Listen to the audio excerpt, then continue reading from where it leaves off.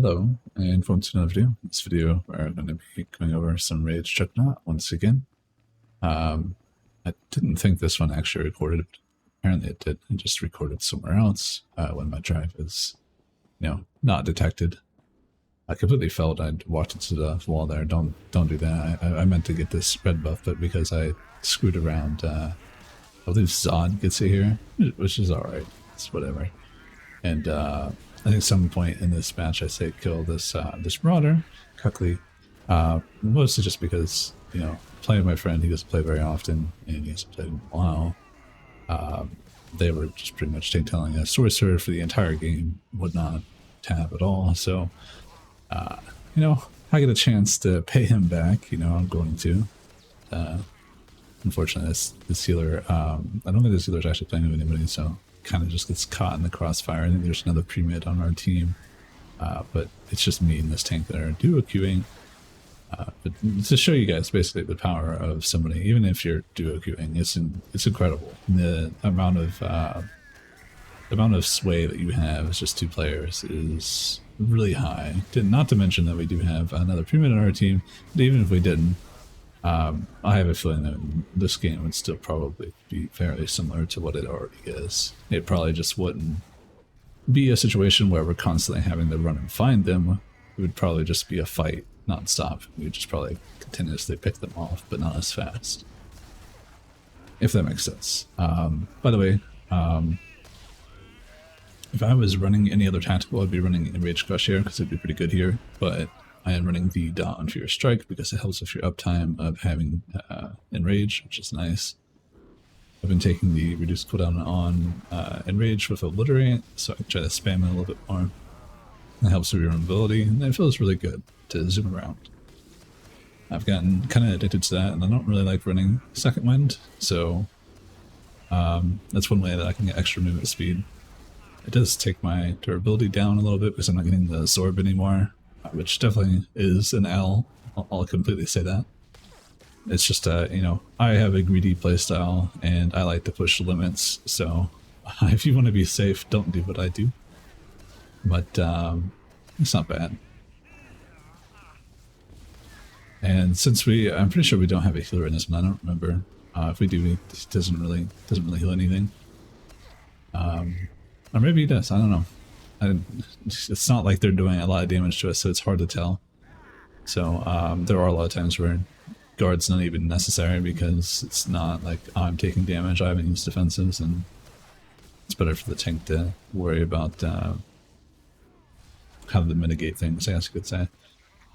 Going into this, outside of using Hunter's Coronary, which is the dot on Fear Strike, running Dominate or whatever, so this means that you can stack your auto crit to 200%, which is great, and this also means your smash too. However, smash caps out around 50 to 60k for the AoE DR. Its effectiveness is cut by a lot.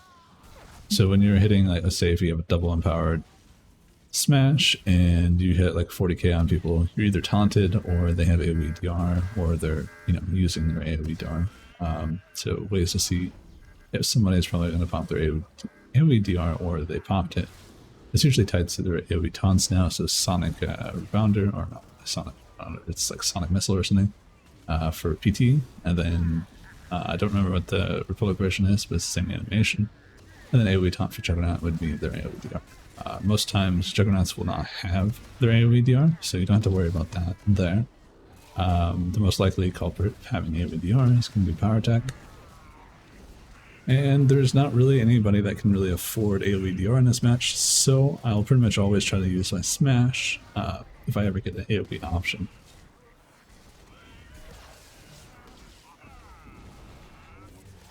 And going into like gameplay, it's relatively straightforward. So normally you'll get your 2 stacks, and you want to try to leap to get your 2 stacks more consistently. It allows you to rotationally flow a little bit better. But at the same time, you do have to deal with people rooting you, hitting you, and stuff like that. Once the rotation has become pretty much muscle memory, you don't need to look at the bars, which I never really look at the bars. The only reason I look at bars is to see the cooldowns, and my eyes are usually always center screen. And I keep important things, bottom left of the center screen. It's not like I can vividly see like all the HP bars and whatnot, but it's in my peripheral vision, and basically what that means is that while I'm paying attention to other things, I can always see what's there, and if something important shows up, I immediately notice it. Debuffs are really nice to have. I've had it there for a long time, since Forcebound was like kind of like added to the game, and I use it as basically a way to tell when I'd be like accuracy debuffed and whatnot. There's not very many accuracy debuffs left in the game that are like commonly used in 8v8s at least. Definitely way more common in what do you call it, arena. But with Forcebound being removed, you don't really need to have your debuffs. Where I do, I just, you know, I've gotten so used to it that I'll probably never move it. And I have my party frames there just because I like to know who's close to me. So when somebody's close to you, their frame will highlight. This is why everybody hates Clash. Clash Hot Wall. It'll always say somebody's like close to you, even though they're technically not. Like for whatever reason, the operation frames or group frames doesn't actually tell you the up and down. Doesn't tell you like the difference. It doesn't add as a distance for the operation frame or the group frame, I guess you could say. So if somebody's down and you're up, that's technically distance, but to the group frame, it's not distance. It considers you guys to be relatively close. I'm sure they could probably fix that, but they're probably not even aware of it, to be honest.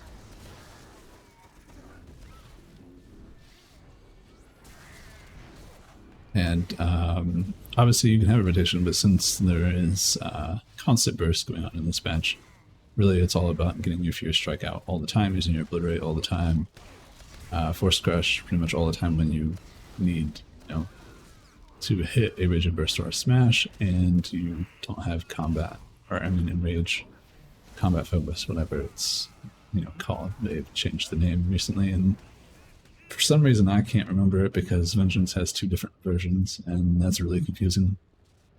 At least for me, it should just be one name, and then like the talent should have its own name. And at this point I realized that we came up here for, well, we saved the objective, but in reality there's 2 people here that are like number farming, which sucks for us because, you know, we love to fight. That's fine.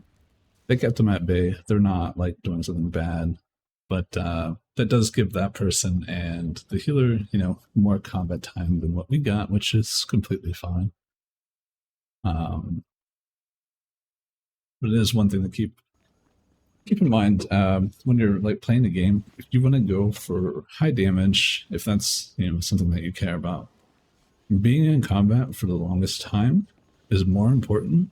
Well, not, don't prolong your combat, but being in combat, basically your uptime, being for like the entire war zone, your damage will be a lot higher.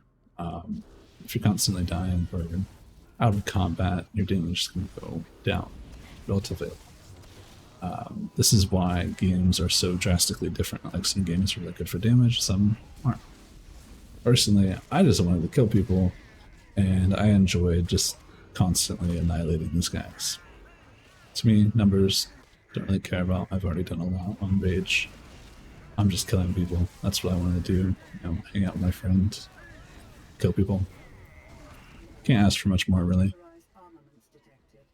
And as for the rest of the patch needs, I don't really have anything to say. I think healers really need some help, and would also love to see them just talk to us. Since we've had basically, I think this is like our first patch where they've actually done something as Broadsword. So I'm really excited that they may talk to us, and if they don't talk to us, it's going to be the same treatment that they did as BioWare, and that makes me not happy.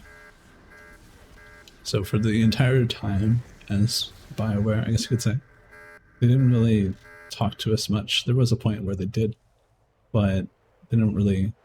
Eventually they just stopped talking about PvP, they stopped doing PvP streams, stopped doing the PvP everything. Like, they just refused to acknowledge it.